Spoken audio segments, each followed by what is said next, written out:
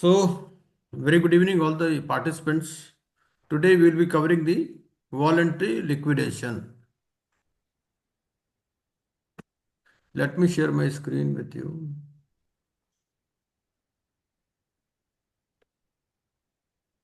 Just a minute.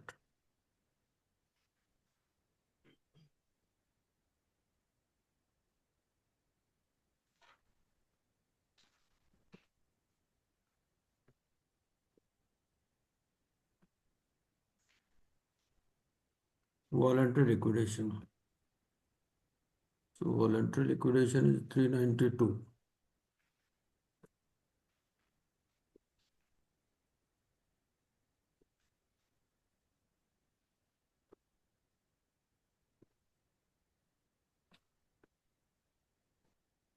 Voluntary liquidation.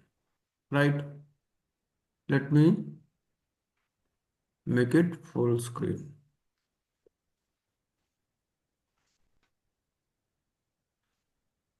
I hope my screen is visible. Is it visible now? Perfect. Yes. Okay. Yes.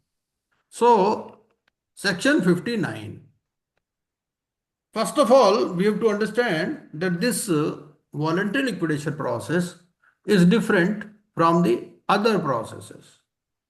So, for corporate persons, how many processes are there? Can anybody tell me? For corporate persons, for resolution or liquidation, how many are the processes? How many processes are there? Sir, four processors: CIRP, liquidation, voluntary liquidation, PPIRP, fast track. CIRP, Liquidation, sir. CIRP, liquidation, fast track, and PPIRP, PPIRP and then? fast track. और ये जो पढ़ रहे हैं ये वाला?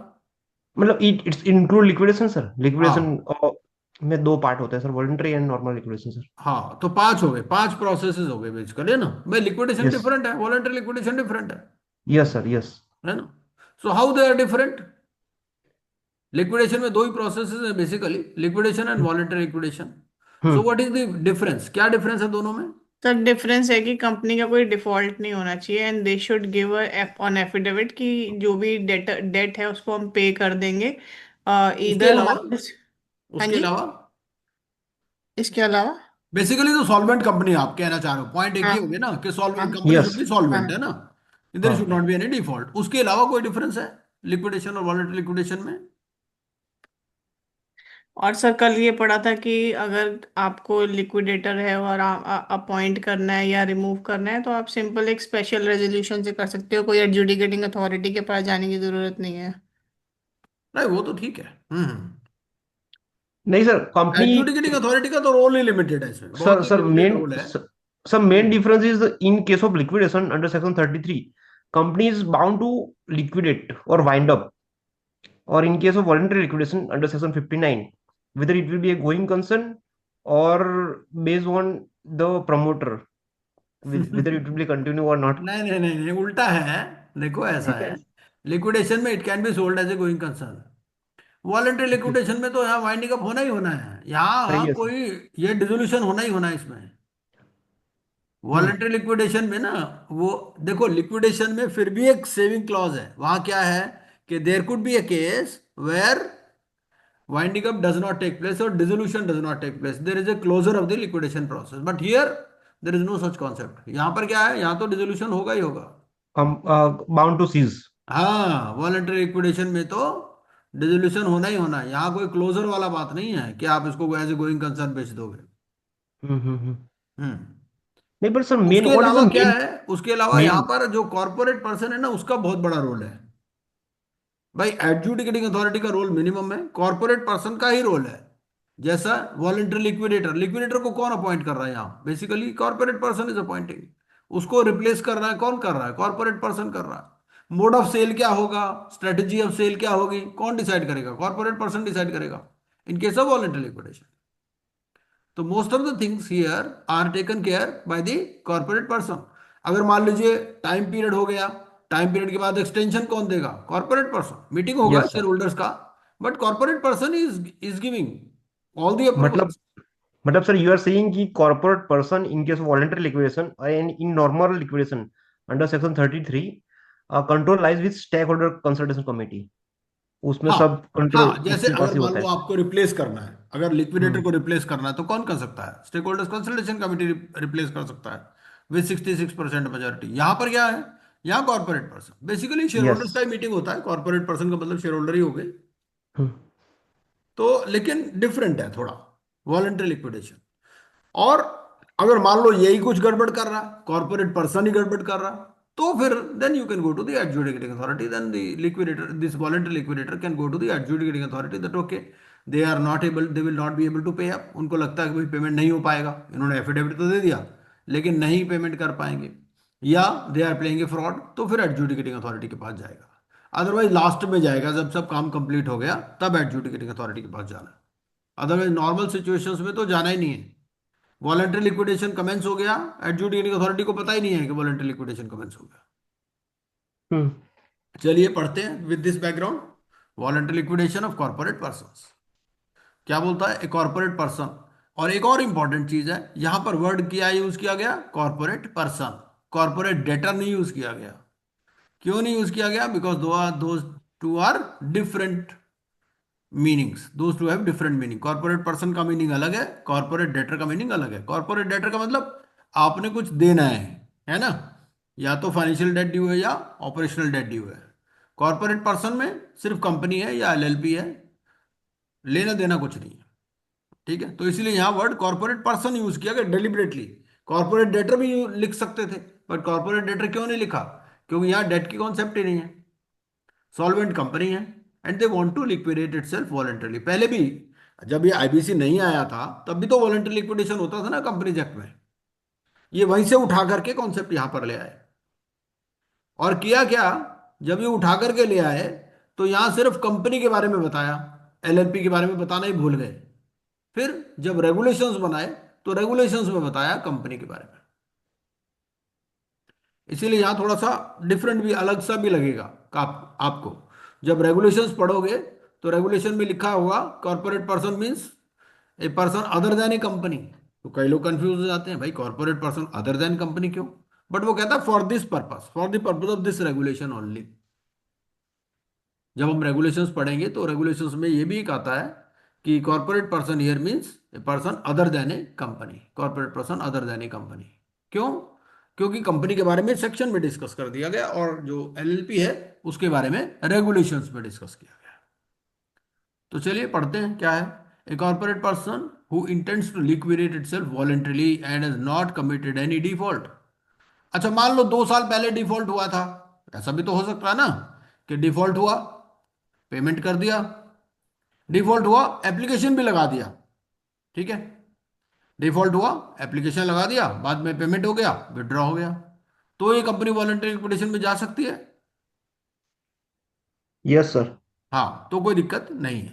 हम्म। ठीक है, एनी डिफॉल्ट का ये मतलब नहीं कि जिंदगी में कभी हुआ ही ना हो। मतलब ये है कि जब ये एप्लीकेशन लगा रहे हैं तब कोई डिफॉल्ट नहीं है, देयर इज नो डिफॉल्ट नहीं सर, सब्सिस्टिंग। पर सर डिफॉल्ट हुआ है पर सेटलमेंट हुआ है तो sir OTS one time settlement, हाँ, then we can avoid this benefit of section 59 sir.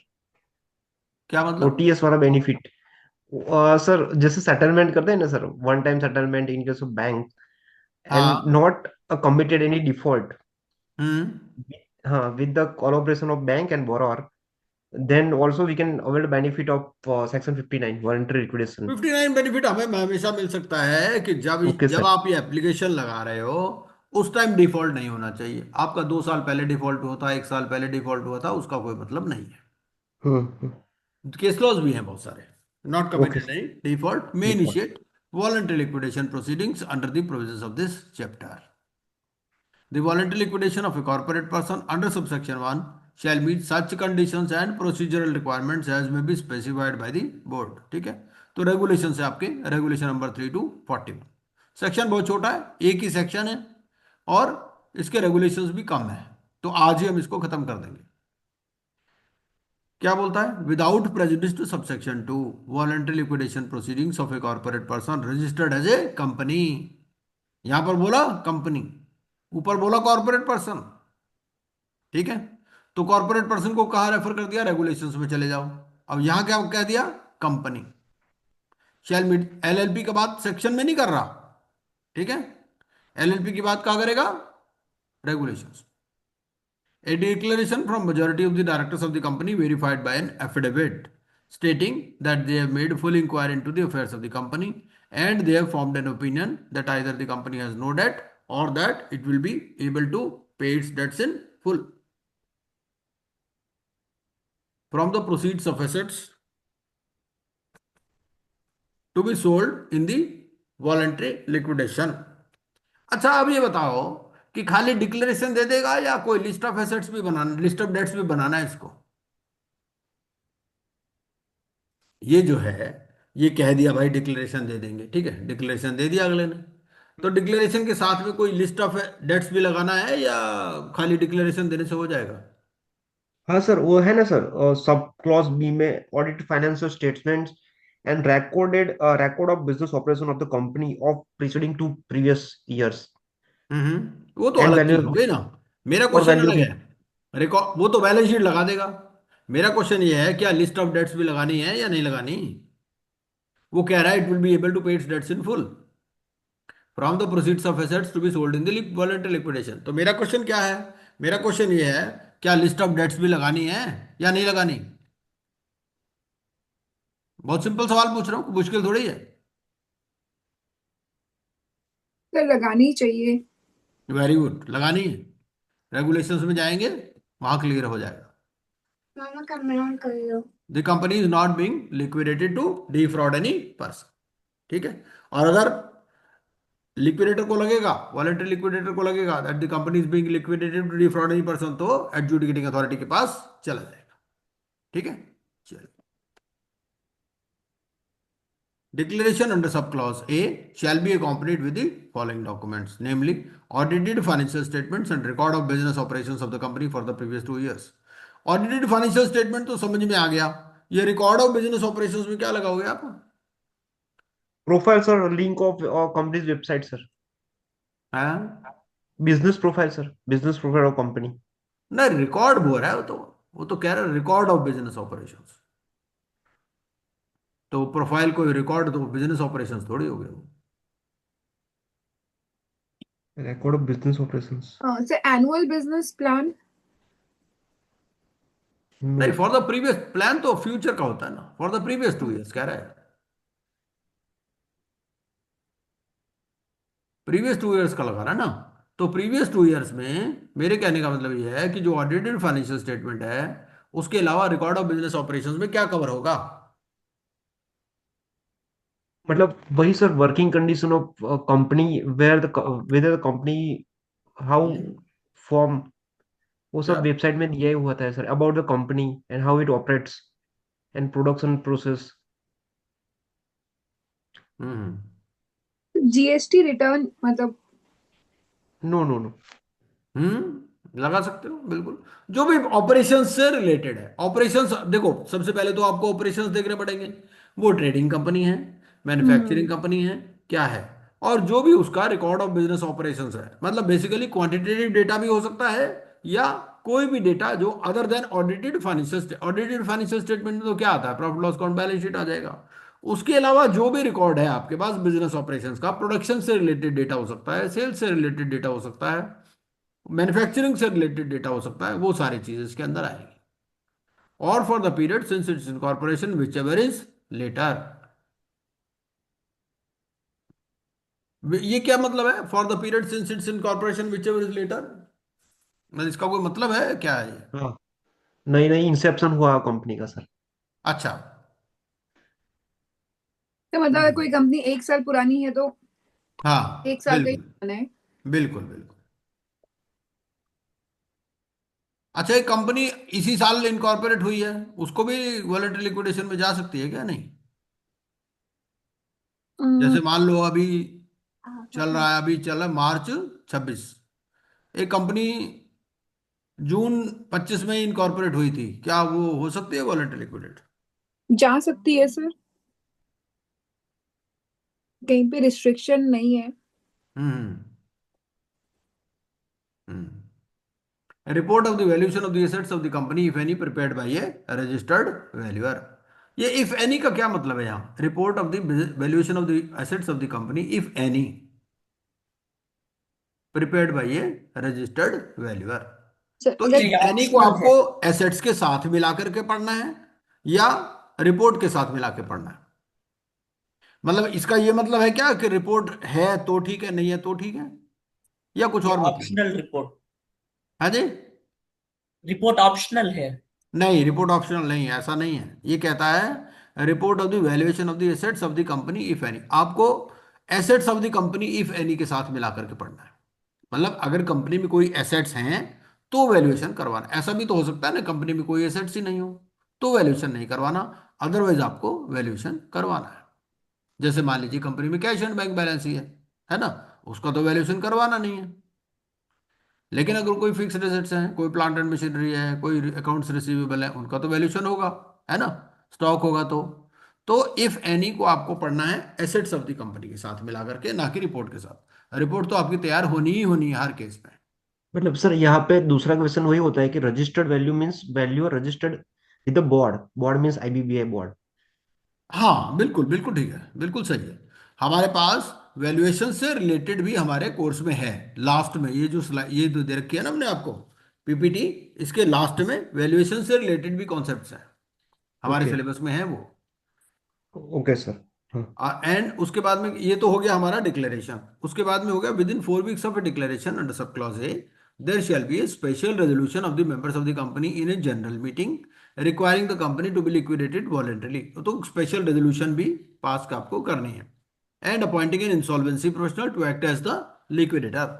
और यहां पर ही मेंबर्स क्या करेंगे, through special resolution they will appoint an insolvency professional as the liquidator. ठीक है।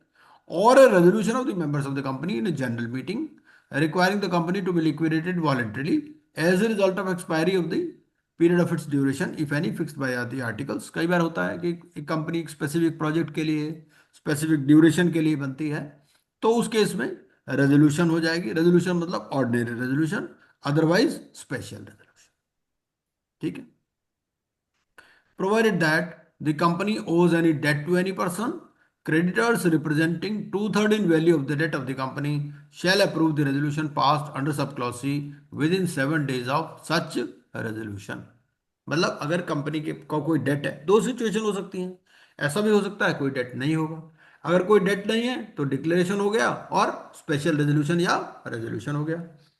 और उसके अलावा अगर डेट है तो जो क्रेडिटर्स है representing two third in value they shall approve the resolution passed under sub clause C within 7 days of such resolution.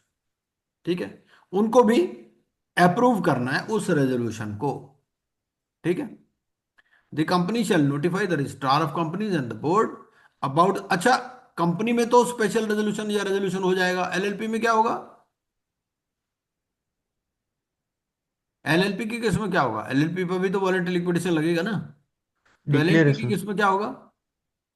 वहां तो शेयर होल्डिंग होती नहीं है। और स्पेशल रेजोल्यूशन का मतलब क्या है यहां पर? एक आदमी, मान लीजिए एक आदमी के पास 80% शेयर्स हैं, तो क्या एक ही आदमी पास कर देगा स्पेशल रेजोल्यूशन? क्या होगा? ऐसा हो सकता है ना, एक आदमी के पास 80% शेयर है और बाकी 4 लोग हैं जिसके पास 5-5% है शेयर होल्डिंग। कई बार दो ही शेयर होल्डर होते हैं, एक के पास 90% है, दूसरे के पास 10 है। तो क्या एक आदमी स्पेशल रेजोल्यूशन पास कर देगा? क्या होगा? हाँ। Yes sir, yes. 75% नहीं and more पास special कर resolution। सर नहीं पास कर पाएगा बिकॉज 2 का कोरम होता है, 3 का कोरम होता है प्राइवेट पब्लिक लिमिटेड कंपनी में, और प्राइवेट में 2 का होता है। तो कम से कम 2 लोग तो चाहिए मीटिंग कॉल करने के लिए। नहीं, मीटिंग कॉल हो गई, मीटिंग कॉल हो गई। दोनों आदमी मीटिंग में आ गए। एक के पास 90% शेयर है, एक के पास 10% है। 90% वाला बोलता यस, 10% वाला बोलता नो। तो क्या हो जाएगा? पास नहीं होगा। हो जाएगा सर। क्यों श्रुति जी? अ, हो जाएगा सर बिकॉज 70% हाँ से ऊपर है। बिल्कुल बिल्कुल बिल्कुल, क्योंकि क्या बट है, सर व्हाट अगर अबाउट हम सर? एमजीटी 14 पढ़ते हैं, एमजीटी 14 देखते हैं, तो एमजीटी 14 में दोनों बातें कहता है। Number of share holders, number of share hmm holders basically quorum के लिए, जैसे श्रुति जी ने बोला। और जो शेयर कैपिटल है वो है basically for assessing the percentage. But percentage. Sir, hmm. Yes sir. Sir अब उसमें बात वोटिंग। रह गई एलएलपी की। एलएलपी में क्या होगा? एलएलपी में तो शेयर कैपिटल होती नहीं। तो जो पार्टनर का कंट्रीब्यूशन है उसके बेस पे डिसाइड करेंगे। उसमें बेसिकली नंबर ऑफ पार्टनर्स पे डिसाइड होता है यहाँ पर। वो कहता है अगर 3/4 ऑफ द पार्टनर्स डिसाइड, क्योंकि कोई जरूरी नहीं उसका कैपिटल कंट्रीब्यूशन हो, ऐसा भी हो सकता है ना, कंट्रीब्यूशन नहीं भी हो सकता पार्टनर का। Right sir. तो उस केस में 3/4 of the number of partners, और नंबर ऑफ पार्टनर सारे हैं या डेजिग्नेटेड पार्टनर नहीं है, 3/4 of the number of partners है।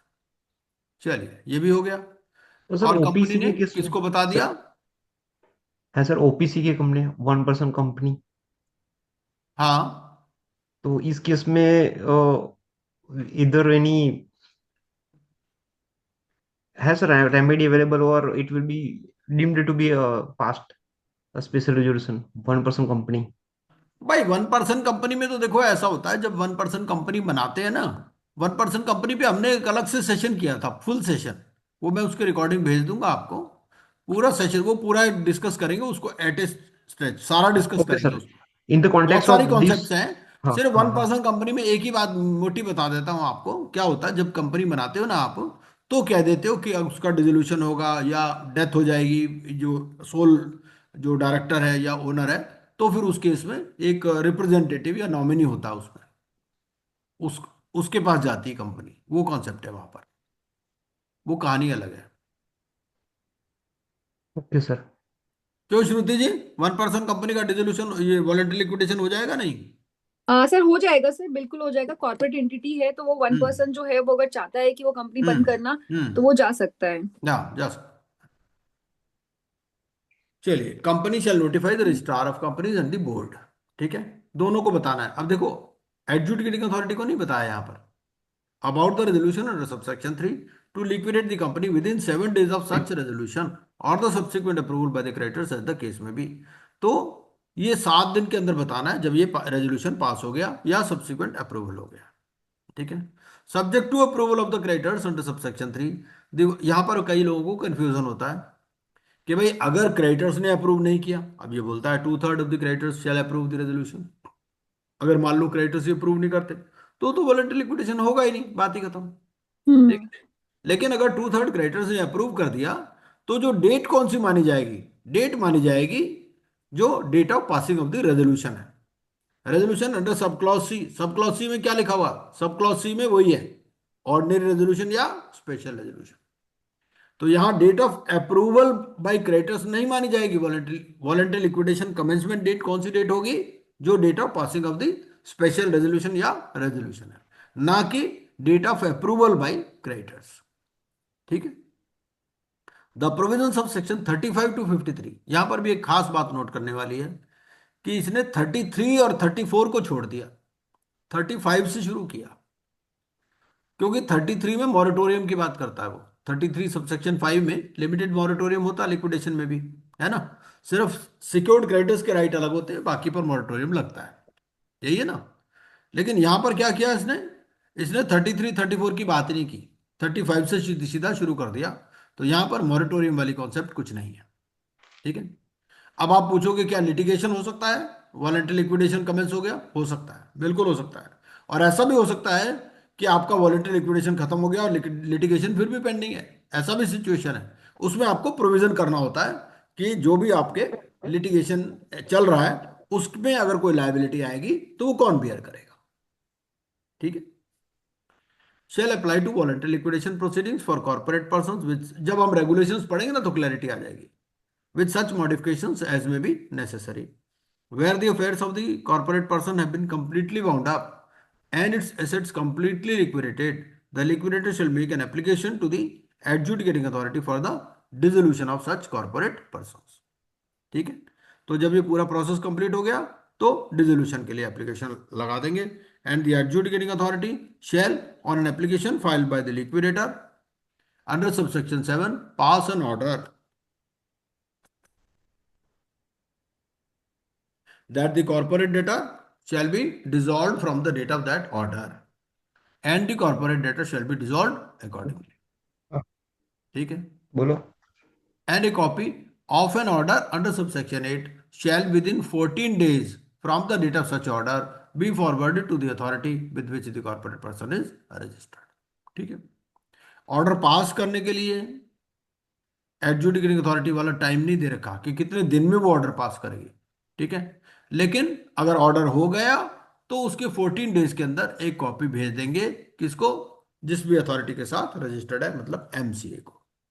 ठीक है, ये है। अब हम चलते हैं voluntary liquidation regulations.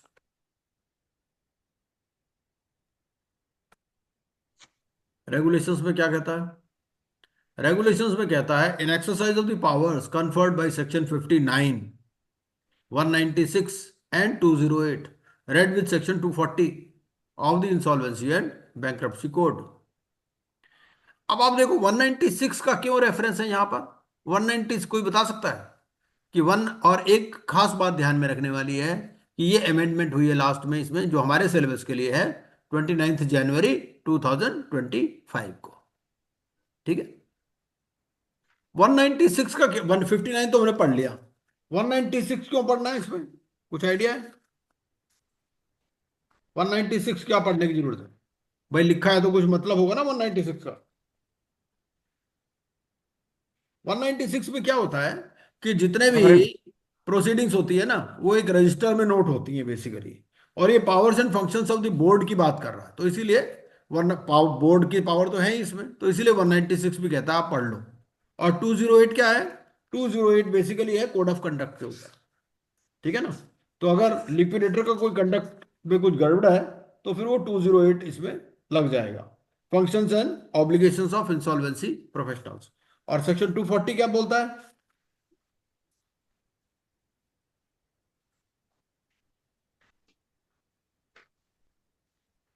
Section 240, Application of this code to micro, small and medium enterprise. नहीं नहीं नहीं, वो तो 240 कैपिटल ए है, 240 है पावर टू मेक रेगुलेशंस। ठीक है ना? तो ये हमारे को इसके साथ मिला करके पढ़ना है। वो 240 कैपिटल ए है जिसकी आप बात कर रहे हैं।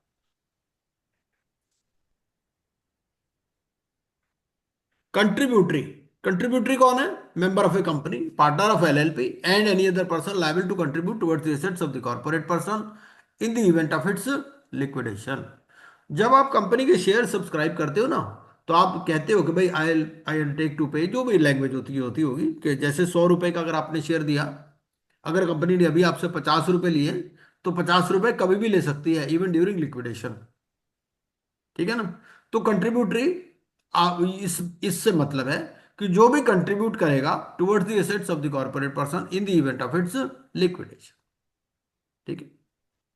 Corporate voluntary liquidation account means the corporate voluntary liquidation account operated and maintained by the board under regulation 39। तो रेगुलेशन 39 में हम पढ़ेंगे कि कॉर्पोरेट वॉलंटरी लिक्विडेशन अकाउंट क्या है।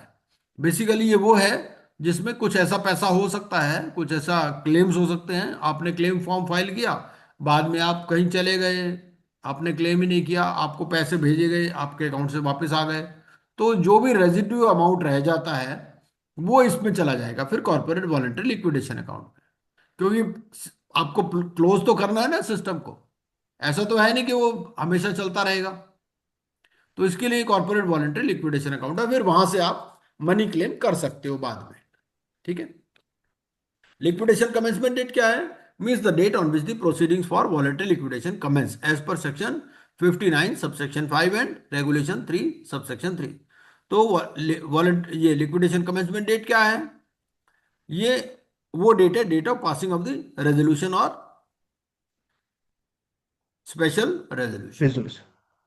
रजिस्ट्रार क्या है? रजिस्ट्रार मतलब आपको कंपनीज एक्ट में या एलएलपी एक्ट में जो मीनिंग दिया गया है वही है। Section stake holders, stake holders हो गया, stake holder entitled to proceeds from the sale of liquidation assets under section 53। ठीक है ना? तो 53 यहां पर भी लगता है।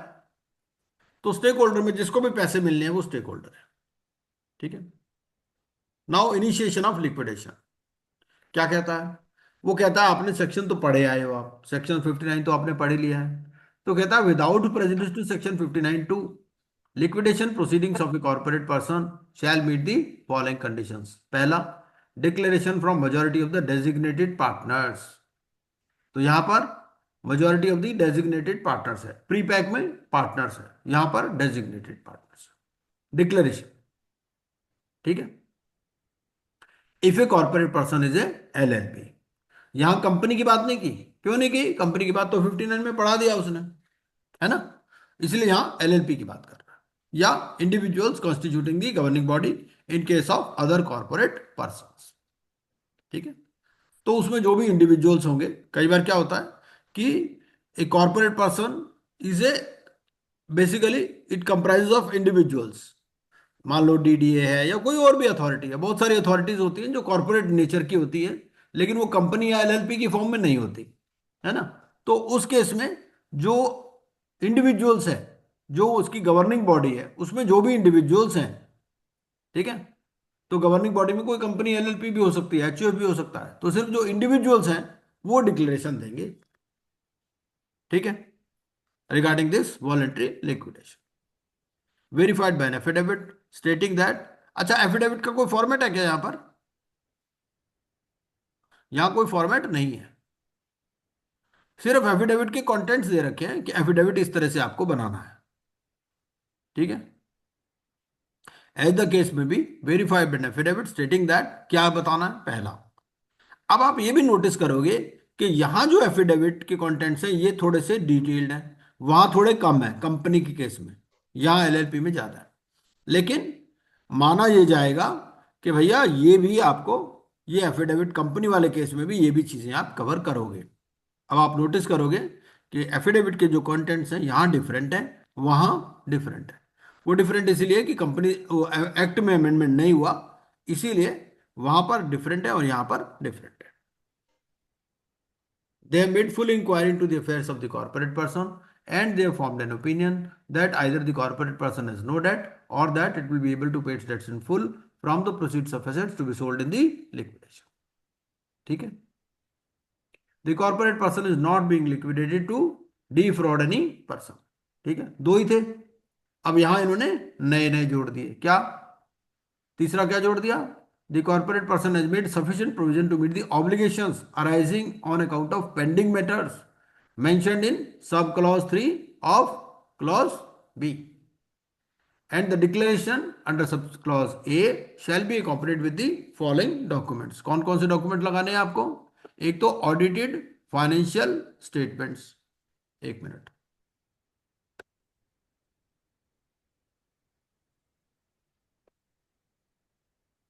एक मिनट।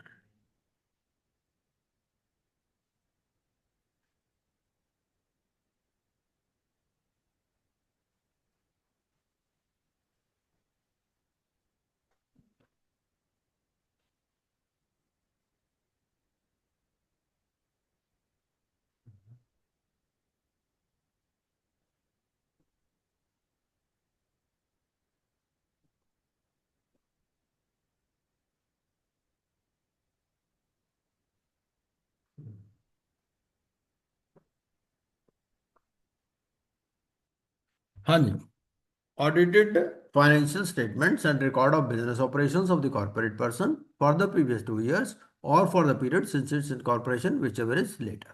ठीक है। Report of the valuation of the assets of the corporate person, if any, prepared by a registered valuer. Disclosure about pending proceedings or assessments before statutory authorities. ये देखो, ये इंपॉर्टेंट है, ये नया डल लिया है इसमें, पहले नहीं था ये, ठीक है। इसका मतलब ये है कि अगर आपकी कोई प्रोसीडिंग्स पेंडिंग है या असेसमेंट पेंडिंग है या कोई लिटिगेशन पेंडिंग है, तो भी आप वॉलेंटरी लिक्विडेशन में जा सकते हो। आपको क्या करना है? डिस्क्लोजर देना है, और लास्ट में भी जब आप क्लोजर रिपोर्ट फाइल करोगे उसमें भी बताना है कि कौन कौन से लिटिगेशन अभी भी पेंडिंग है। ठीक, ठीक है, ये शुरुआत में डिक्लेरेशन देना है, बाद में भी आप देखोगे वहां पर भी है।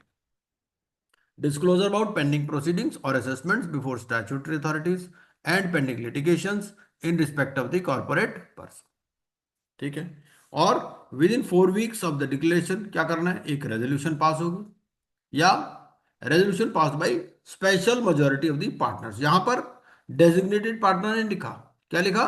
पार्टनर्स और कंट्रीब्यूटरीज as the case may B of the corporate person, requiring the corporate person to be liquidated and appointing an insolvency professional to act as the liquidator. ठीक है। और a resolution of the partners or contributors of the case में भी अगर fix duration के लिए है, ठीक है, तो उस केस में ऑर्डिनरी रेजोल्यूशन है, और बाकी के लिए special majority of the partners या कंट्रीब्यूटर्स। कंपनी के केस में स्पेशल रेजोल्यूशन, ठीक है। पीरियड दोनों का सेम है, within 4 weeks of declaration. फर्क क्या है? फर्क यहां पर जो पार्टनर्स वर्ड लिखा है, और जो डिक्लेरेशन है वो मेजॉरिटी ऑफ डेजिग्नेटेड पार्टनर्स, ठीक है। प्री पैक में जो डिक्लेरेशन है वो भी मेजॉरिटी ऑफ पार्टनर्स है।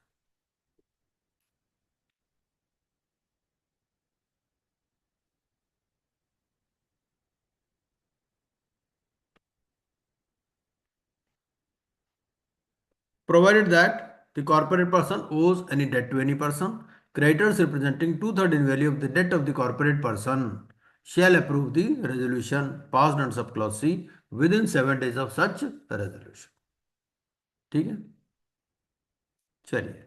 The corporate person shall notify the registrar and the board. अब यहां पर भी ये पूछ सकता है आपसे सवाल, कई बार ना छोटी छोटी बातें पूछ लेता है वो, कि भाई ये कॉर्पोरेट पर्सन बताएगा या लिक्विडेटर बताएगा, कौन बताएगा? तो यहां पर वर्ड क्या लिखा? Corporate person shell notify the registrar and the board, क्योंकि यहां पर पावर सस्पेंड नहीं हो रही। 33 तो है ही नहीं, 34 भी नहीं है, 35 से शुरू है, ठीक है। The corporate person shell notify the registrar and the board about the resolution under sub regulation 1 to liquidate the corporate person within 7 days of such resolution or the subsequent approval by the creditors as the case may be, ठीक है। चलिए, subject to approval of the creditors under sub regulation 1, the liquidation proceedings in respect of a corporate person shall be deemed to have commenced from the date of passing of the resolution, ठीक है। For the purpose of sub regulation 1 to 3, corporate person means a corporate person other than a company। तो इस explanation से कई लोग confuse हो जाते हैं कि भैया कॉर्पोरेट पर्सन का मतलब क्या, पर्सन अदर देन ए कंपनी है। लेकिन वो कहता है कि फॉर द पर्पज ऑफ सब रेगुलेशंस 1 to 3, सिर्फ इन्हीं सब रेगुलेशंस के लिए कॉर्पोरेट पर्सन का मतलब कॉर्पोरेट पर्सन अदर देन ए कंपनी है। वो क्यों? क्योंकि कंपनी की बात वो पहले ही कराया वहां पर, ठीक है, सेक्शन 59 में। तो रेगुलेशंस में सिर्फ वो अदर देन कंपनी की बात कर रहा, एलएलपी या फिर जो भी आपकी कॉर्पोरेट बॉडी है। ये देखिए, वो जो मैं बात कर रहा था कि आपको हर डेट की डिटेल देनी है, ये डिक्लेरेशन अंडर सब रेगुलेशन 1A और under section 59(3)A shall list each debt of the corporate person, हर डेट की डिटेल देनी पड़ेगी as on that date and state that the corporate person will be able to pay all its debts in full from the proceeds of assets to be sold in the liquidation, ठीक है। वैसे तो case laws भी हैं, मान लीजिए उसके बहुत सारे डेट्स हैं, 1000 डेट्स हैं, मान लो एक डेट लिखना भूल गया, तो क्या होगा?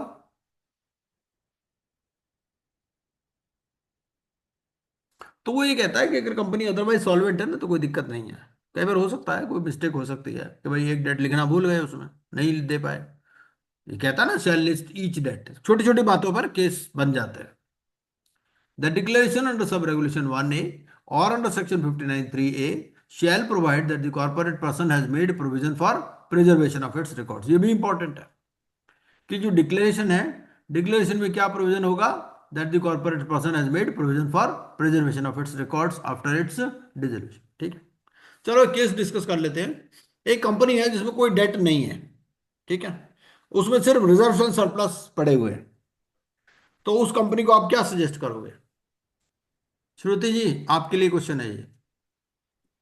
एक कंपनी है, हाँ जी सर। उसमें कोई डेट नहीं है, रिजर्व एंड सरप्लस पड़े हैं 2-3 करोड़ रुपए के, राइट सर। अब वो वॉलंटरी लिक्विडेशन में जाना चाहती है, तो आप क्या सजेस्ट करोगे? ऐसी कंपनी को कुछ सजेस्ट करोगे? सर सिंपल होगा, उसमें बोर्ड मीटिंग कॉल करके AGM EGM general meeting call करेंगे एंड वॉलंटरी लिक्विडेशन के लिए रेजोल्यूशन पास करके और एप्लीकेशन एडजुडिकेटिंग अथॉरिटी को सबमिट कर देंगे। नहीं, पर मैंने तो उनको ये एडवाइस किया, मैंने हाँ। उनको कहा कि भैया देखो, पहले रिजर्व एंड सरप्लस देखो, रिजर्व एंड सरप्लस में क्या है, रिजर्व सरप्लस डिस्ट्रीब्यूट होगा, डेट तो कोई है नहीं, राइट बाद सर। में टैक्सेशन एंगल आएगा, हाँ, तो आप इसको पहले ही डिस्ट्रीब्यूट कर लो बिफोर वॉलंटरी लिक्विडेशन। वो भी कर सकते हैं सर। हाँ, नहीं, उनको बात पसंद आई वो वाली। ओके। हाँ, उनको लगा कि ये एडवाइस ठीक है कि मैंने कहा भाई पहले आप ये अपना खत्म कर लो ना, अगर कोई टैक्सेशन में प्रॉब्लम आएगी तो आ जाएगी, अभी जो भी आनी होगी, हम्म। अभी आप इसको खत्म कर लो, है कि नहीं, उसके बाद में वॉलंटरी लिक्विडेशन की एप्लीकेशन लगाओ। देखो बिल्कुल कंपनी को खाली कर लेना चाहिए अगर हो सके तो, हो सके, हाँ बिल्कुल सर। है कि नहीं। हम्म। कंपनी में जितना आप सामान रखोगे कोई फायदा नहीं है, ये बात है। ये हो गया। अच्छा, उसके बाद effect of liquidation. The corporate person shall from the liquidation commencement date cease to carry on its business. ठीक है, तो यहां पर क्या है, it shall cease to carry on its business except as far as required for the beneficial winding up of its business. तो यहां पर तो बिल्कुल ही रिस्ट्रिक्शन दे दी। सीआईआरपी में क्या कहता है, कंपनी को चलाते रहो, गोइंग कंसर्न। लिक्विडेशन में क्या कहता है, लिक्विडेशन में कहता है कि भाई ठीक है आप देख लो, आप स्टेक होल्डर्स कंसल्टेशन कमेटी से भी पूछ लो, है ना, और आप उसको एज ए गोइंग कंसर्न भी सेल कर सकते हो। यहां पर क्या कह रहा है, कह रहा है बिजनेस बंद कर दो भैया, except as far as required for the beneficial winding up of its business. ठीक है, तो थोड़ा डिफरेंट है। Notwithstanding the provisions of subsection 1, the corporate person shall continue to exist। ठीक है, एग्जिस्टेंस तो उसकी रहेगी until it is dissolved। ठीक है, तो यहां गोइंग कंसर्न वाला फंडा नहीं है। ऐसा नहीं भाई उसको गोइंग कंसर्न सेल करने की कोशिश करो, नहीं, आपने लिक्विडेट करना है और डिसॉल्व करनी है कंपनी। उसके बाद में आ गया appointment and remuneration of liquidator. क्या कहता है, ये कहता है कि subject to regulation 6, the corporate person shall appoint an insolvency professional as liquidator and wherever required may replace him by appointing. कौन अपॉइंट कर रहा है, कॉर्पोरेट पर्सन। ठीक है, अब जो पहली अपॉइंटमेंट हो रही है वो वहां कहां, वो क्या बात कर रहा है वहां पर, अपॉइंटमेंट ऑफ इंसॉल्वेंसी प्रोफेशनल। वो जो स्पेशल रेजोल्यूशन पास हो रही है उसमें ही इसकी अपॉइंटमेंट हो जाएगी। सेक्शन 59 में भी पढ़ा हमने और रेगुलेशंस में भी पढ़ा। ठीक है, तो कॉर्पोरेट पर्सन का ये मतलब नहीं कि कंपनी वाला खुद ही लेटर राइट दे देगा उसको, वो स्पेशल रेजोल्यूशन से ही होगा।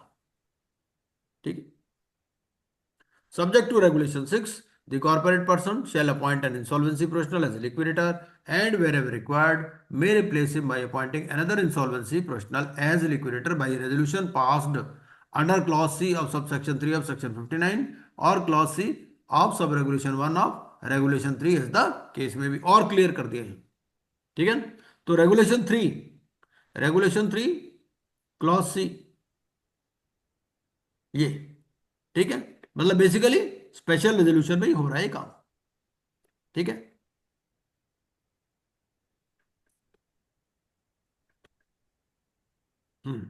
provided that such a resolution shall contain the terms and conditions of appointment of the liquidator including the remuneration payable to him। देखो अब यहां पर भी एडजुडिकेटिंग अथॉरिटी का कोई रोल नहीं है। ठीक है, ना उसको बताया, किसको बता रहा है, ये बोर्ड को बता रहा है about such appointment. The insolvency professional shall within 7 days of his appointment as liquidator intimate the board about such appointment. ठीक है, बोर्ड को क्यों बताना है, बोर्ड ने कोई हो सकता है इंस्पेक्शन करना हो, है ना, बोर्ड को अगर पता ही नहीं कि ये वॉलेंटरी लिक्विडेटर बना हुआ है तो इंस्पेक्शन कैसे करेगा, है ना। Eligibility for appointment as liquidator, तो ये सारी एलिजिबिलिटी तो जैसे बाकियों में है वो सेम ही है। देख लेते हैं क्या है। An insolvency professional shall be eligible to provided as a liquidator if he and every partner और director of the IPE of which is a partner और director is independent of the corporate person. Independent होना चाहिए। Independent कब होगा, when is eligible to be appointed as an independent director, is not a related party of the CP corporate person, not being an employee or proprietor or partner of a firm of auditor or secretarial auditors, legal और consulting firm, यहां पर भी आपका 10% की turnover है eight any time in the last 3 years। ठीक है, an insolvency professional shall not be eligible to be appointed as a liquidator if he or the insolvency professional entity of which he is a partner or director is under a restraint order of the board। अगर board ने उसको restraint किया हुआ, board कई बार disciplinary proceeding में कह देता है कि भैया आप आज के बाद कोई भी असाइनमेंट नहीं लोगे। ठीक है, तो फिर उस केस में ये लिक्विडेटर अपॉइंट नहीं हो सकेगा। A liquidator shall disclose the existence of any pecuniary or personal relationship with the concerned corporate person or any of its stakeholder as soon as he becomes aware of it to the board and the registrar. ठीक है, अगर उसका किसी भी जो भी corporate concern corporate person है उसके साथ कोई पेक्यूनरी मतलब फाइनेंशियल या पर्सनल रिलेशनशिप है या any of it stake holders, तो जैसे ही उसको पता चलता है तो वो ये बताएगा किसको, बोर्ड को और रजिस्ट्रार को। अब यहाँ पर ये खास बात ध्यान में रखने वाली है कि यहाँ कोई बार नहीं है अपॉइंटमेंट पर। जैसे जैसे कि मान लीजिए आप एक इंसॉल्वेंसी प्रोफेशनल है, आपके ब्रदर के पास कंपनी में शेयर है, हो सकते हैं, तो क्या आप उस कंपनी के वॉलंटरी लिक्विडेटर अपॉइंट हो सकते हैं? कोई बार नहीं है, लेकिन आपको बताना है कि भाई ठीक है मेरे ब्रदर के पास शेयर है, इतनी सी बात है। ठीक है, जब उसको पता चले, हो सकता पता ही ना हो उसको, उसके ब्रदर के पास क्या है, वो कहेगा भाई तुझे क्या लेना देना, है ना। तो इसीलिए अगर उसको पता चलता है तो उसको बताना है बोर्ड को और registrar. An insolvency professional shall not continue as a liquidator if the insolvency professional entity of which he is a director or partner or any other partner or director of such IPE represents any other stakeholder in the same liquidation। ठीक है, मतलब ये है कि basically वो क्या कहना चाह रहा है कि टेबल के दूसरी तरफ आपका ही पार्टनर या डायरेक्टर नहीं बैठा होना चाहिए, सीधी सी बात है, अदरवाइज कॉन्फ्लिक्ट ऑफ इंटरेस्ट आ जाएगा, है ना। और जो लिक्विडेटर्स रिमनरेशन है, the remuneration payable to the liquidator shall form part of the liquidation cost. Powers and functions of the liquidator, reporting क्या बनाना है इसको, एक तो बनानी है इसको प्रीलिमिनरी रिपोर्ट, ठीक है, दूसरी बनानी है इसको स्टेटस रिपोर्ट। पहले ये वर्ड था एनुअल स्टेटस रिपोर्ट, अब एनुअल हटा के इसको खाली स्टेटस रिपोर्ट कर दिया। फिर minutes of consultation with stake holders, ठीक है, और final report in the manner specified under these regulations। ठीक है, subject to other provisions of these regulations, the liquidator shall make the report and minutes referred to sub regulation 1 available to a stakeholder। ठीक है, कोई भी stake holder इनमें से कोई भी रिपोर्ट मांगेगा तो उसको देनी है, एक तो उसको अप्लाई करना पड़ेगा इन राइटिंग, फिर cost of making such reports available to it, और अंडरटेकिंग देनी पड़ेगी रिगार्डिंग कॉन्फिडेंशियलिटी। ठीक है, तो ये रिपोर्ट उनको दे सकते हैं। प्रिलिमिनरी रिपोर्ट, प्रिलिमिनरी रिपोर्ट कब बनानी है आपको, विद इन बनानी है within 45 days from the liquidation commencement date. और उसमें क्या रहेगा, capital structure of the corporate person, estimates of his assets and liabilities as on the liquidation commencement date based on the books of the corporate person. अगर उसको लगता है कि books reliable नहीं है तो वो क्या करेगा, फिर एस्टिमेट्स बनाएगा based on the reliable records and data otherwise available to him. अब आप कहोगे बुक्स तो है नहीं, उसके पास कहां से डेटा आ गया, तो डेटा उसके पास जो भी उसके पास पावर्स है, किसी से भी वो डेटा ले सकता है, बैंकर से, इंफॉर्मेशन यूटिलिटी से, उसके पास क्लेम्स भी आएंगे तो उसको पता चल जाएगा क्लेम्स कुछ अमाउंट क्या आ रहे हैं, बुक्स में कुछ लिखा हुआ है, जो क्लेम आ रहा है वो बुक्स में नहीं है, जो बुक्स में है वो क्लेम नहीं आ रहा, तो पता चल जाएगा कि बुक्स ऐसे फर्ज की हुई हैं। अगर उसको लगेगा कि बुक्स रिलायबल नहीं है तो जो भी उसके पास रिकॉर्ड्स हैं उसके बेसिस पे वो ये estimates of assets and liabilities बनाएगा। ठीक है, उसके बाद में वेदर ही इंटेंट्स, अब उसको यहां पता चल जाएगा कि भाई कंपनी में कुछ फ्रॉड वगैरह हुआ है या नहीं हुआ, तो इसी प्रिलिमिनरी रिपोर्ट में वो हिंट दे देगा। ठीक है, और प्रिलिमिनरी रिपोर्ट देनी किसको है, उसको ये किसको देगा बना करके, बोर्ड को, एडजुडिकेटिंग अथॉरिटी को, किसको, SSC sir, SSC stake holder consultant committee sir. Corporate person को देगा। पहली लाइन लिखी हुई है, the liquidator will submit preliminary report to the corporate person, corporate person को देगा। स्टेक होल्डर कंसल्टेशन कमेटी है ही नहीं यहां पर, स्टेक होल्डर्स के साथ कंसल्टेशन कर सकता है लेकिन कमेटी वाली कॉन्सेप्ट नहीं है यहां पर। ठीक है, whether he intends to make any further inquiry into any matter relating to the promotion, formation or failure of the corporate person or the conduct of the business thereof। यहां पर बता देगा कि भाई उसको सब ठीक ठाक लग रहा है या कुछ गड़बड़ लग रही है। ठीक है, and the proposed plan of action for carrying out the liquidation including the timelines within which he proposes to carry it out and the estimated liquidation costs। ठीक है, उसके बाद में registers and books and accounts. अगर books complete नहीं है तो books complete करने के लिए कोई पीरियड है क्या? 60 डेज, हाँ, 90 डेज, ऐसा कुछ? Convenient speed sir. हाँ, एज सुन एज पॉसिबल, ठीक है ना, जैसे भी होगा विद ऑल कन्वीनियंट स्पीड। और ये उसको बुक्स एंड रजिस्टर्स बनाने हैं। सर इसमें वैल्यू और वाला कॉन्सेप्ट नहीं है ना सर? क्या? Valuation report, valuation report, valuer. Valuation report तो वैल्यूअर बनाएगा ना, इसका क्या काम है? Okay sir, okay okay okay.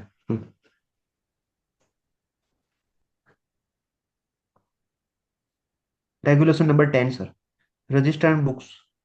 हाँ, ये तो हो ही गया ना। उसके बाद यस में, सर। उसके बाद में engagement of engagement professionals. Of professionals. Engagement of professionals में क्या, एक मिनट, क्या बोलता है ये इसमें होता है, ए liquidator may engage professionals to assist him in the discharge of his duties, obligations and functions for a reasonable remuneration, and such remuneration shall form part of the liquidation cost। अब आप देखोगे, जब आप लिक्विडेशन पढ़ रहे थे तो liquidation में जब प्रोफेशनल्स को एंगेज करेगा तो अपने आप एंगेज कर सकता है या किसी से पूछना है? लिक्विडेशन में तो खुद ही एंगेज कर सकता है। नहीं, वहां स्टेक होल्डर्स कंसल्टेशन कमेटी से पूछना है। अगर आप रेगुलेशन 31A पढ़ोगे। हाँ सर, लिक्विडेशन में यस, वॉलेंट्री में जरूरी नहीं है हाँ, वॉलंटरी तो ये पढ़ ही रहे ना हम। हाँ जी सर। हाँ, तो वॉलंटरी वहां अगर आप रेगुलेशन 31 पढ़ोगे, 31A, तो वहां हम्म पर क्लियरली लिखा है कि कंसल्टेशन कमेटी उसको एडवाइस करेगी इन सब बातों के बारे में, हम्म है ना। लेकिन यहां पर क्या है, यहां ये अपने आप ही कर लेगा सब काम, यहां इसको किसी से पूछना नहीं है। दोनों में फर्क है। Recommendation of professionals appointed under regulation 731A में, यहां पर यहां किसी से पूछना नहीं है, उसको स्टेक होल्डर से पूछना नहीं है। तो liquidator may engage professionals to assist him, क्योंकि इसको अपॉइंट किसने किया? इसको कॉर्पोरेट पर्सन ने अपॉइंट किया। अगर कॉर्पोरेट पर्सन देखेगा ये गड़बड़ कर रहा है, इसको हटा देगा, है ना। वो तो एक स्पेशल रेजोल्यूशन पास करेंगे, इसको हटा देंगे। हम्म A liquidator may engage professionals to assist him in the discharge of his duties, obligations, and functions for a reasonable remuneration, and such remuneration shall form part of the liquidation cost. The liquidator shall not engage a professional who is his relative। अपने relative को नहीं रख सकता। Relative आपको 524 capital A से देख लेना है। Is a related party of the corporate person, related party 524 से देख लोगे आप। और has served as an auditor to the corporate person at any time during the 5 years preceding the liquidation commencement date, ठीक है। या फिर वो ही has served as an auditor to the corporate person at any time during the 5 years preceding the liquidation commencement. तो यहाँ 5 years का period है, ठीक है। A professional engaged or proposed to be engaged under sub-regulation 1 shall disclose the existence of any pecuniary or personal relationship with any of the stakeholders or the corporate person as soon as he becomes aware of it to the liquidator। अच्छा, अब ये कहता है कि मान लीजिए एक auditor का एक एम्प्लॉय था, ठीक है। ऑडिटर का एक एम्प्लॉय था, अब उसको ये एंगेज करना चाह रहा है। वो ऑडिटर का एम्प्लॉय था 3 साल पहले, तो क्या उसको एंगेज कर सकता है? नहीं कर सकता। No sir, no. क्यों? At any time during the 5 years preceding the liquidation commencement वो तो date सर। ऑडिटर की बात कर रहा है, ऑडिटर थोड़ी है, ऑडिटर का एम्प्लॉय था। पिक्यूनरी और पर्सनल रिलेशनशिप है ना सर?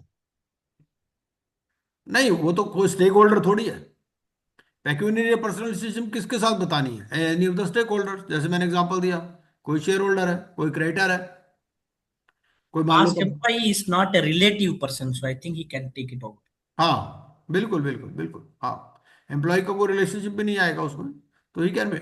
ऑडिटर नहीं होना चाहिए। ऑडिटर का मान लो कोई ब्रदर है या कुछ है, तो हो सकता है, कोई दिक्कत नहीं है उसमें। ऑडिटर के ऊपर ही बाहर है during the period of 5 years। Okay sir, auditor means only a statutory auditor और रादर कंप्लायंस ऑडिटर का ऑडिटर? मतलब भी दिया हुआ है, ऑडिटर का डेफिनेशन दिया हुआ है। ऑडिटर कौन है? जो ओके ऑडिट कर सकता है, वो ओके स्टैट्यूटरी सर, ऑडिटर है। इसमें ओके सर, इंटरनल ऑडिटर नहीं आएगा, फॉरेंसिक ऑडिटर नहीं आएगा। ओके ओके सर, ऑडिटर का डेफिनेशन है। Okay sir. हाँ, सेक्शन 5 में डेफिनेशन दिया होगा। सर वैसे भी अपॉइंटमेंट करना हो तो दूसरे के नाम से अपॉइंटमेंट लेटर बनाते हैं सर, कोई इशू नहीं है सर, हम्म फ्रेंड के नाम से sir. Section 5 sub section 2, auditor means a chartered accountant certified to practice as such by ICAI। चलिए, ओके सर, ये हो गया। सही है सर। ओके।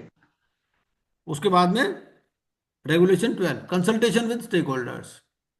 ये खास ध्यान रखना है, यहाँ कोई कमेटी नहीं बन रही है, लेकिन कंसल्ट कर सकता है उनसे। The stake holders consulted under section 35(2) shall extend all assistance and cooperation to the liquidator to complete the liquidation of the corporate person. The liquidator shall maintain the particulars of any consultation with the stakeholders made under this regulation. एक बार 35(2) देख लेते हैं। 35(2) में क्या दे रखा है?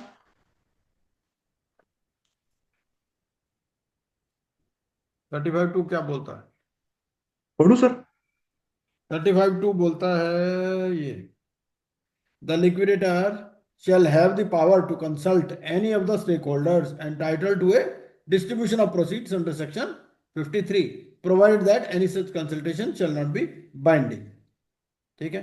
Provided further that the records of any such consultation shall be made available to all other stakeholders not so consulted in a manner specified by the board.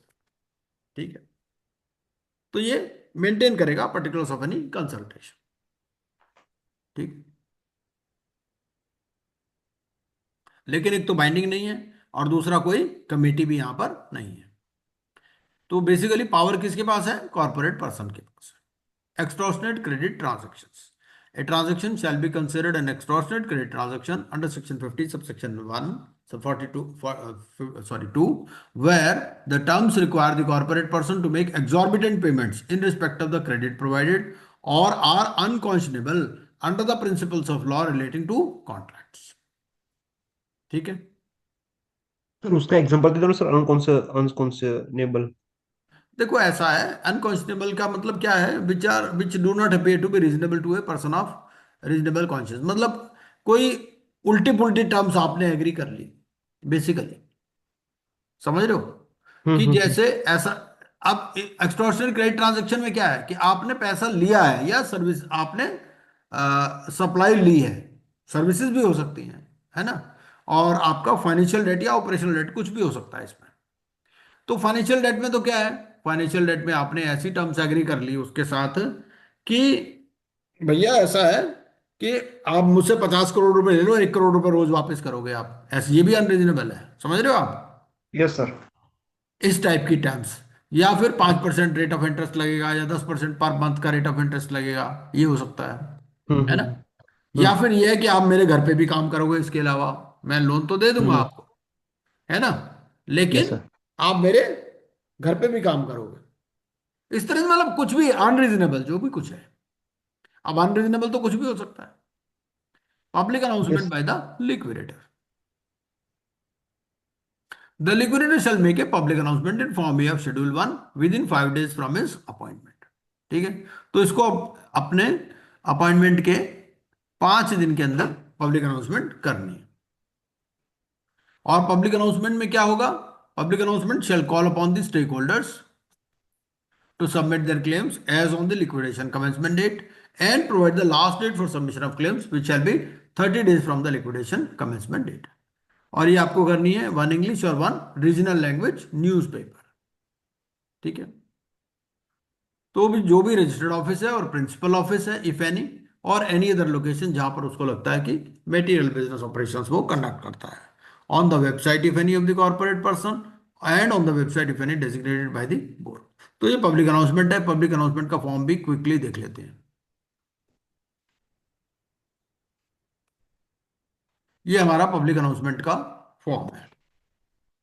क्या कहता है इसमें? ये name of the corporate person, date of incorporation, authority under which the corporate person is incorporated और registered, corporate CIN number या LLP number, address of the registered office and principal office, liquidation commencement date of corporate person, name, address, email address, telephone number and the registration number of the liquidator, last date for submission of claims।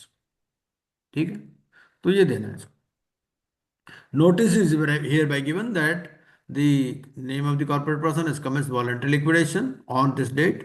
The stakeholders of name of the corporate person are hereby called upon to submit a proof of their claims on or before insert the date following 30 days from the liquidation commencement date to the liquidator at the address mentioned against item number 7। The financial creditors shall submit their proof of claim by electronic means only. All other stakeholders may submit the proof of claims in person, by post or by electronic means. Submission of false or misleading proofs of claim shall attract penalties. Name and signature of the liquidator, date and place. ठीक है। तो जैसा हम उस दिन discuss कर रहे थे नरेंद्र जी, इसमें जो estimated date of closure of this process नहीं है ना। जैसे सीआईआरपी में आपका एस्टिमेटेड क्लोजर डेट भी आप देते हो, फास्ट ट्रैक में भी देते हो, लेकिन यहाँ यस लिक्विडेशन में आपको नहीं है। Estimated closure date of the process नहीं देना है। हाँ चलिए,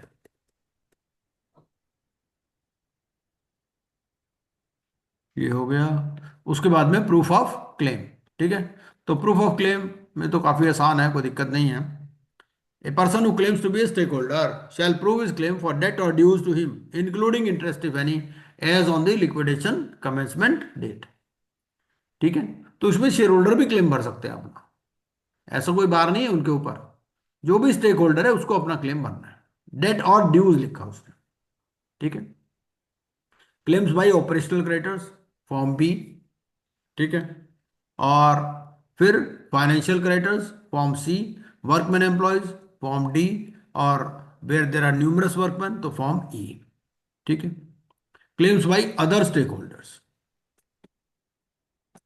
A person claiming to be a stakeholder other than under regulation 16, 17 or 18 shall submit proof of claim to the liquidator in person, by post or by electronic means in form F। ठीक है, और form F में क्या है basically, यहां देखो आप, वो ये कहता है डॉक्यूमेंट्री और electronic evidence of his share holding. इससे आपको प्रूव हो जाएगा कि शेयर होल्डर भी अपना क्लेम भर सकता है। ठीक है, कहीं कोई कंफ्यूजन रहता है कि शेयर होल्डर को क्लेम भरना है नहीं भरना, तो भरना है उसको भी, other stake holders. Proving security interest, अगर कोई सिक्योरिटी इंटरेस्ट है तो वो कैसे प्रूव करना है, या तो इंफॉर्मेशन यूटिलिटी में रजिस्टर्ड होगा, या सरसई का होगा, या एमसीए का रिकॉर्ड होगा। राइट ठीक है, okay production of bills of exchange and अच्छा, अब ये जो सिक्योर्ड क्रेडिटर है वो क्या अपना राइट एक्सरसाइज कर सकता है? नहीं, वो सारी कहानी इसमें नहीं है, क्योंकि 33 इसमें नहीं लगाया उसने। 33(5) जो था वो नहीं लगाया ना। 33(5) में क्या करता, सिक्योर्ड क्रेडिटर को अलग राइट दे दिया, पर ये वॉलंटरी लिक्विडेशन में 35 से ही शुरू किया, तो सिक्योर्ड क्रेडिटर कोई अलग से राइट नहीं है। Production of bills of exchange and promissory note, basically क्या है, उसने जब उसको तो अपनी पेमेंट से मतलब है ना, कंपनी पेमेंट कर रही है तो बात खत्म, पूरा पैसा दे रही है कंपनी, इंक्लूडिंग इंटरेस्ट। आप सोचो ना, इंटरेस्ट भी दे रही है up to liquidation commencement date. Production of bills of exchange and promissory notes, where a person seeks to prove a debt in respect of a bill of exchange, तो फिर उसको क्या करना पड़ेगा, वो बिल ऑफ एक्सचेंज या जो instrument है वो देना पड़ेगा before the claim is admitted. Substantiation, substance वो कुछ भी एविडेंस मांग सकता है। Cost of proof, cost of proof में जो जिसको डेट प्रूव करना है वो कॉस्ट बेयर करेगा, सीधी बात है। एक मिनट,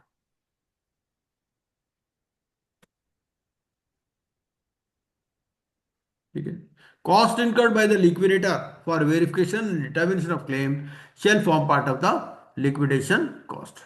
ठीक है, मान लो लिक्विडेटर को कुछ एमसीए रिकॉर्ड से कुछ निकालना है, उसको कोई फीस देनी है, तो वो लिक्विडेशन कॉस्ट का पार्ट बन जाएगा। क्लेम प्रिसाइज नहीं है तो फिर बेस्ट एस्टिमेट होगा। डेट इन फॉरेन करेंसी, वो जो भी आपका एक्सचेंज रेट है, official exchange rate on the liquidation commencement date. अगर पीरियोडिकल पेमेंट्स हैं तो उसमें क्या होगा, जो भी आपका लिक्विडेशन कमेंसमेंट डेट तक का इंटरेस्ट है वही उसके अंदर आएगा। Debts payable at future time, तो उसके लिए फॉर्मूला दे रखा है। ठीक है, mutual credit and set off allowed है, ये सब में दिया हुआ है। वेरिफिकेशन ऑफ क्लेम्स, वेरिफिकेशन करना है आपको 30 डेज के अंदर। ठीक है, और अगर आपका क्लेम रिजेक्ट हो जाता है तो आप अपील कर सकते हो एडजुडिकेटिंग अथॉरिटी को। यहां पर एडजुडिकेटिंग अथॉरिटी का रोल आ गया। देखो, एडजुडिकेटिंग अथॉरिटी पहली बार आई यहां पर।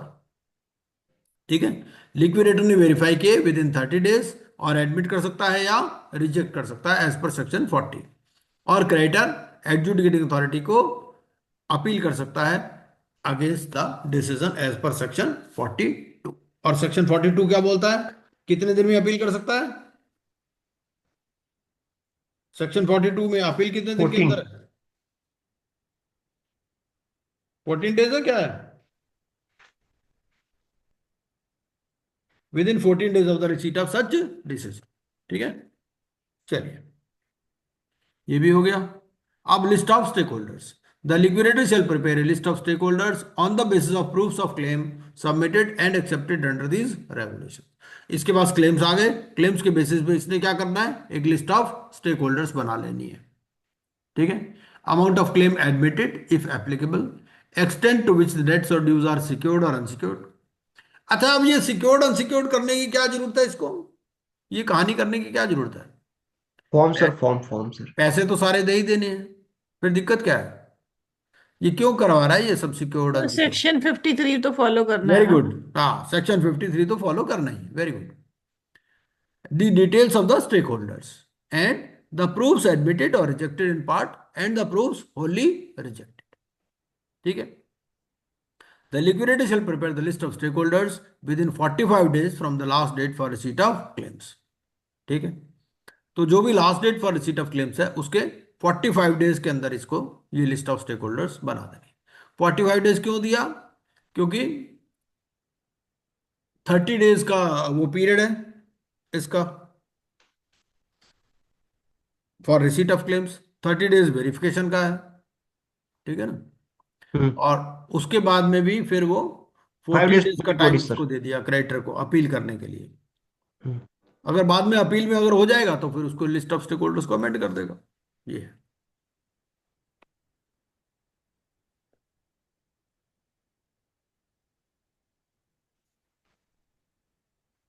अच्छा, अब ये भी बता दो कि ये जो है क्या एडजुडिकेटिंग अथॉरिटी को देनी है लिस्ट ऑफ स्टेक होल्डर्स या नहीं? ये जो लिस्ट ऑफ स्टेक होल्डर है ये एडजुडिकेटिंग अथॉरिटी को देनी है या नहीं देनी? No sir, no no no. हम्म, नहीं सर। अच्छा, तो अगर नहीं दोगे तो वो उसको कैसे पता चलेगा इसका नाम इंक्लूडेड है नहीं है? वो क्रेडिटर पहुंच गया एडजुडिकेटिंग अथॉरिटी के पास अपील करने, आईयू सर, आईयू। है? आईयू इंफॉर्मेशन ड्यूरेबिलिटी में करना है सर।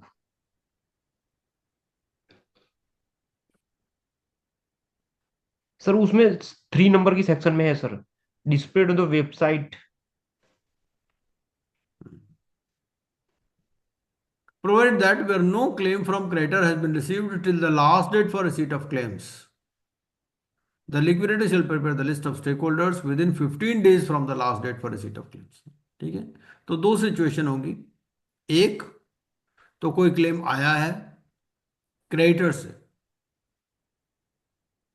अगर कोई क्लेम ही नहीं आया क्रेडिटर से, ऐसा भी हो सकता है, मान लो कोई क्रेडिटर है ही नहीं कंपनी में, तो फिर 15 दिन के अंदर बना लेनी उसको लिस्ट ऑफ स्टेक होल्डर्स। ठीक है, दोनों वर्ड यूज किए गए, क्रेडिटर भी यूज किया गया और स्टेक होल्डर भी यूज किया गया। स्टेक होल्डर तो उसको पता ही है ना, जो शेयर होल्डर है कंपनी के, वो तो पता ही है उसको, है ना? क्रेडिटर से क्लेम आने हैं बेसिकली।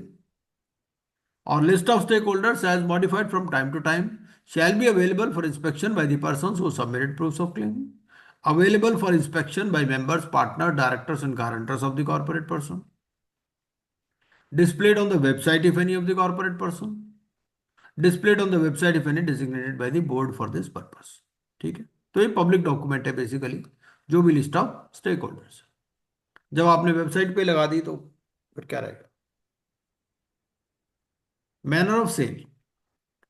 अब मैनर ऑफ सेल में भी क्या है, आपको कॉर्पोरेट पर्सन से ही पूछना है। जैसे वहां पर है, वहां स्टेक होल्डर कंसल्टेशन कमेटी से पूछेगा सेल स्ट्रेटेजी वगैरह वगैरह, है ना, लिक्विडेशन में। यहाँ कुछ नहीं, यहाँ सिर्फ कॉर्पोरेट पर्सन से ही पूछना है।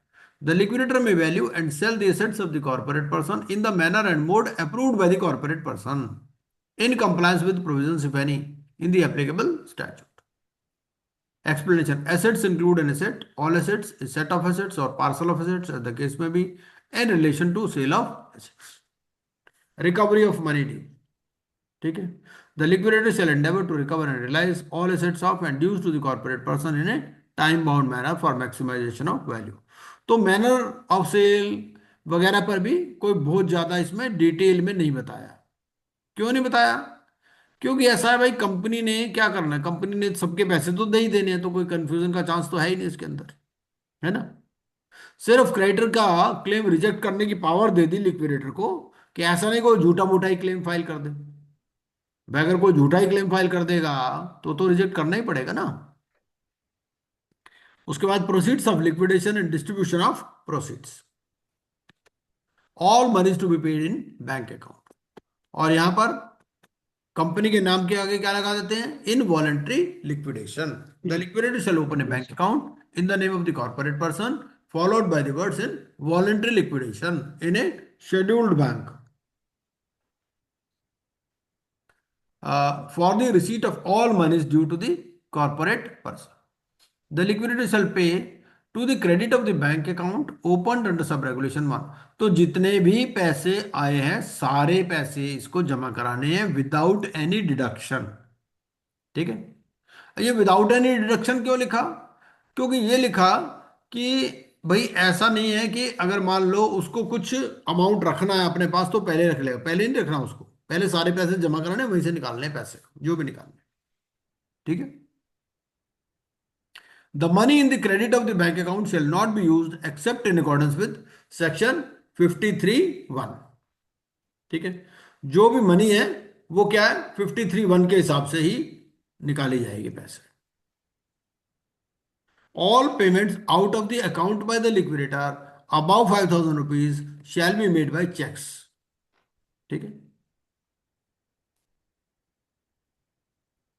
ये बैंक अकाउंट कौन ओपन कर रहा है, लिक्विडेटर। ठीक है, इन the name of the corporate person followed by the words in voluntary liquidation. Operate भी लिक्विडेटर करेगा सर? ऑपरेट भी लिक्विडेटर ही करेगा, बिल्कुल। Okay okay okay sir. Distribution, the liquidator shall distribute the proceeds from realization within 30 days from the receipt of the amount to the stakeholders। ठीक है, जैसे realise हुआ उसके 30 डेज के अंदर इसको डिस्ट्रीब्यूट करना है।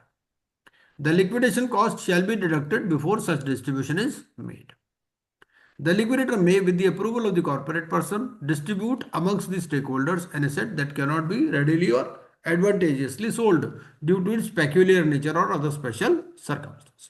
तो यहां पर भी अप्रूवल ऑफ कॉर्पोरेट पर्सन ही है फॉर डिस्ट्रीब्यूशन ऑल्सो। ठीक है, और अगर कोई किसी को पैसा नहीं मिलना था गलती से मिल गया तो वो रिटर्न कर देगा। Completion of liquidation. ठीक है, the liquidator shall endeavour to complete the liquidation process and submit the final report under regulation 38 within 2 period दिए, 90 डेज और 270 डेज। 270 डेज कब दिया, where the creditors have approved the resolution, मतलब company में creditors हैं। अगर company में creditors ही नहीं है तो 90 डेज में। भाई क्रेडिटर नहीं तो क्लेम भी नहीं आने आपको।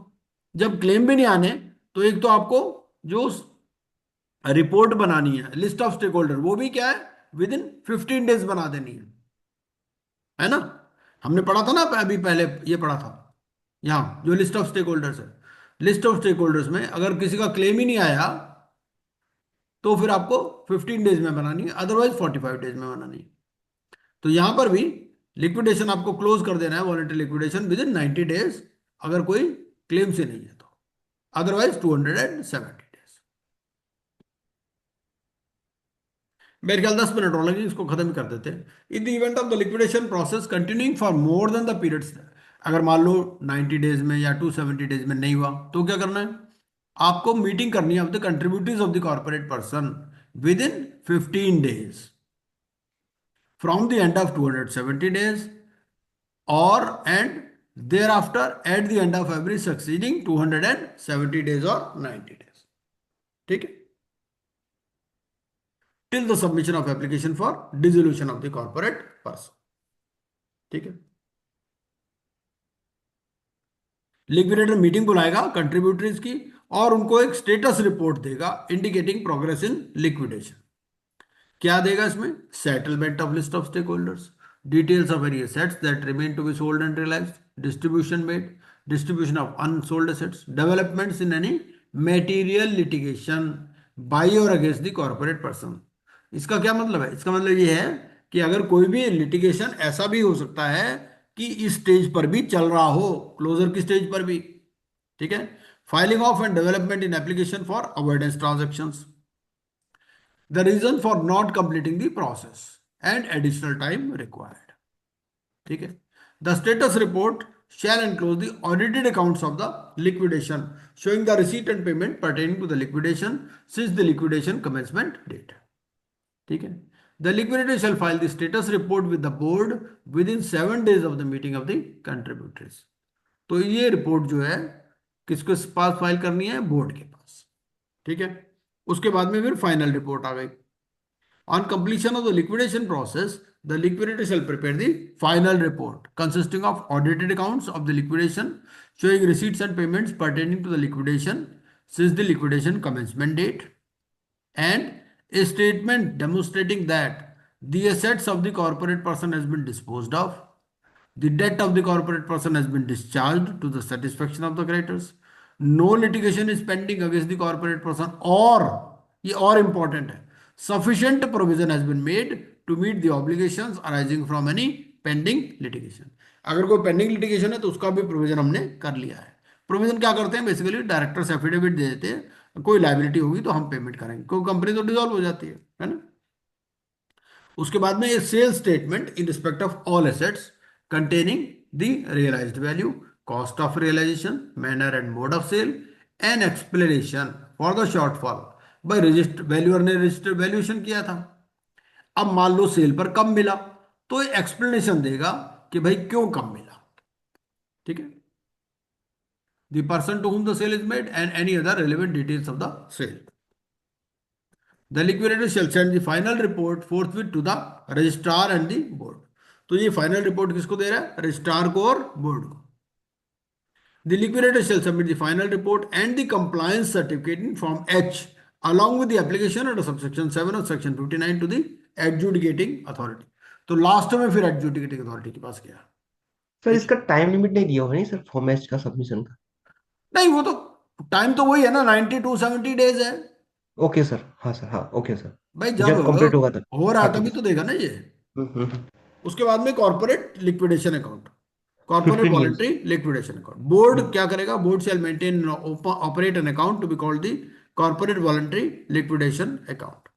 और लिक्विडेटर इसके अंदर अमाउंट डिपॉजिट कर देगा जो भी आपके अनक्लेम डिविडेंड्स हैं या अनडिस्ट्रीब्यूटेड प्रोसीड्स हैं अलॉन्ग विद एनी इनकम, और वहां से रसीद ले लेगा। और वहीं से फिर अगर किसी को क्लेम करना है तो अगर डिसोल्यूशन हो गया कंपनी का, डिसोल्यूशन से पहले तो लिक्विडेटर को ये एप्लीकेशन लगा सकता है ना। और अगर लिक्विडेशन हो गया तो डिसोल्यूशन हो गया तो फिर बोर्ड को एप्लीकेशन लगेगा और बोर्ड फिर अपना वेरीफाई कर लेगा और उनको पैसे दे देगा। ठीक है, चलिए। डिटेक्शन ऑफ फ्रॉड और इंसॉल्वेंसी। अब इसको लगता है लिक्विडेटर को कि भाई ये तो फ्रॉड कर रहे हैं, तो एप्लीकेशन लगा देगा adjudicating authority to suspend the process of liquidation and pass any such order as it deems fit. ठीक है। या लिक्विडेटर को लगता है कि भाई the corporate person will not be able to pay its debts in full. ठीक है, he shall make an application. तो कौन कौन सी सिचुएशन में एडजुडिकेटिंग अथॉरिटी को पता चल रहा है? पहला कि अगर इसको लगता है कि भाई ये फ्रॉड कर रहे हैं, या फिर ये पेमेंट नहीं कर पाएंगे, या क्रेडिटर का किसी का क्लेम रिजेक्ट हो गया तो वो एडजुडिकेटिंग अथॉरिटी के पास पहुंच जाएगा, या जो फाइनल रिपोर्ट है और कंप्लायंस सर्टिफिकेट देना है तब एडजुडिकेटिंग अथॉरिटी के पास जाएंगे, है ना। यही सिचुएशन है जिसमें आप एडजुडिकेटिंग अथॉरिटी के पास जाते हो। Preservation of records. Preservation of records में ये रिकॉर्ड आपको सारे रखने हैं और वही 3 साल का और 8 साल का पीरियड है। फिजिकल कॉपी 3 साल और इलेक्ट्रॉनिक कॉपी 8 साल। Filing of forms. ठीक है। और ये कौन कौन से फॉर्म भरने हैं? ये कुछ नए फॉर्म आए हैं, VL1, VL2, VL3 और VL4। इसको देख लेते हैं ध्यान से, बस लास्ट है ये। तो VL1 क्या है? VL1 में this includes the details of the corporate person, details of the voluntary liquidation process. ये कब भरना है? On or before the 10th day of the second month after the public announcement. ठीक है। VL2 कब भरना है? Details of the meeting of contributories with the reasons for delay in the process, details of replacement of liquidator if any, on or before 10th day of the subsequent month after meeting of contributories. फिर तीसरा VL3 है, details of dissolution application, details of unclaimed proceeds, details of relation and distribution वगैरह। ये आपको भरना है on or before the 10th day of the subsequent month after submission of the dissolution application. और VL4 है, details of order for dissolution ये आपको भरना है on or before the 14th day of the passing of the order. ठीक है। और इन forms के साथ में आपको 500 रुपीज पर फॉर्म की फीस भी देनी है। ठीक है। The filing of a form under this regulation after the due date of submission, चाहे आपने करेक्शन करना हो अपडेशन करना हो, shall be complete by a fees of 500 rupees per form for each calendar month.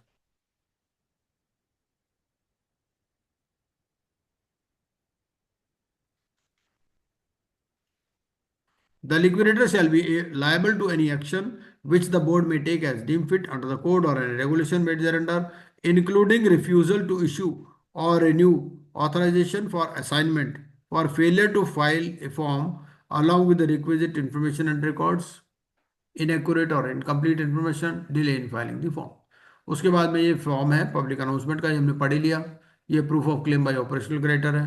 सी फिर आपका फाइनेंशियल क्रेडिटर, डी वर्कमैन हो गया, और ई न्यूमरस वर्कमैन हो गया, और ये फिर आपका एफ, एफ फॉर्म का चला गया, ये by any other stake holder आ गया एफ फॉर्म। और आपका जी फॉर्म आ गया डिपॉजिट ऑफ अनक्लेम्ड डिविडेंड्स, और एच हो गया आपका कंप्लायंस सर्टिफिकेट। फिर फॉर्म आई है withdrawal from the corporate voluntary liquidation account. तो ये भी ये था कि भाई पहले ये था ना इसमें कि भाई विड्रॉ हो सकता है नहीं हो सकता, ये बहुत कंट्रोवर्सी चलती थी, वो तो पहले भी सकता था, बट अब इन्होंने फॉर्म भी इंट्रोड्यूस कर दिया। तो ये क्या है आपका 39(7) है। तो ये कहता है कि withdrawal from corporate voluntary liquidation account, आपने कोई विड्रॉ करना है कॉर्पोरेट वॉलंटरी लिक्विडेशन अकाउंट से, तो उसके लिए ये फॉर्म है।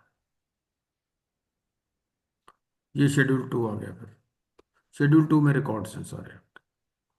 एक क्वेश्चन कई बार पूछ लेते हैं कि भैया वॉलंटरी लिक्विडेशन एक बार कमेंस हो गया तो क्या विड्रॉ हो सकता है? द आंसर इज यस, हो सकता है। कोई स्पेसिफिक रेगुलेशन नहीं है, बट विड्रॉ हो सकता है। जैसे स्टार्ट किया वही विड्रॉ भी कर सकते हैं, स्पेशल रेजोल्यूशन से पास किया उन्होंने, कर सकते हैं विड्रॉ, कोई इश्यू नहीं। तो आज तक यहीं समाप्त करते हैं ना, इसको फिर अगली क्लास में करेंगे 60 वगैरह, नहीं तो लेट हो जाएगा फिर। Thank you. सर इसमें वैल्यूअर के ऊपर कहीं नहीं आया ना, वैल्यूअर कहाँ पॉइंट होगा? नहीं, वैल्यूअर के ऊपर तो आ गया ना, नहीं, वैल्यूएशन valuation वो तो report। वैल्यूएशन रिपोर्ट शुरू में ही दे दी ना उसने तो। सर इसमें हाँ। वैल्यूअर कैसे अपॉइंट करना है, कितनी डेट में अपॉइंट करना है, ये अलग से रेगुलेशन में नहीं आया। नहीं नहीं नहीं, ये तो ऐसा है ना, वैल्यूएशन रिपोर्ट तो शुरू में ही ले ली ना उससे, बात खत्म हो गई बस। वैल्यूअर बाद में अपॉइंट करने की जरूरत ही नहीं। आपने वैल्यूअर से रिपोर्ट ले ली शुरू में ही, जो भी रजिस्टर्ड वैल्यूअर है, बस खत्म बात। अच्छा, बाद में क्यों अपॉइंट करना? बाद में अपॉइंट ही नहीं करना उसको। मतलब रेगुलेशन में अलग से नहीं आया, तो मुझे लगा शायद। नहीं, रेगुलेशन में जरूरत ही नहीं ना, आपने शुरू में ही तो रिपोर्ट ले ली ना। वो तो और बाद में मॉनिटरिंग ये का भी भी नहीं कह है। दिया कि भाई अगर जो वैल्यूअर ने रिपोर्ट दी है और उससे कम वैल्यू पर एसेट सेल हुआ है तो आपको रीजन देना फॉर शॉर्टफॉल, वो भी तो हमने पढ़ लिया ना। ठीक। इतना ही है बस। ठीक। ओके जी, good night. Good night, good night. Good night thank sir, you. Thank you sir. Thank you.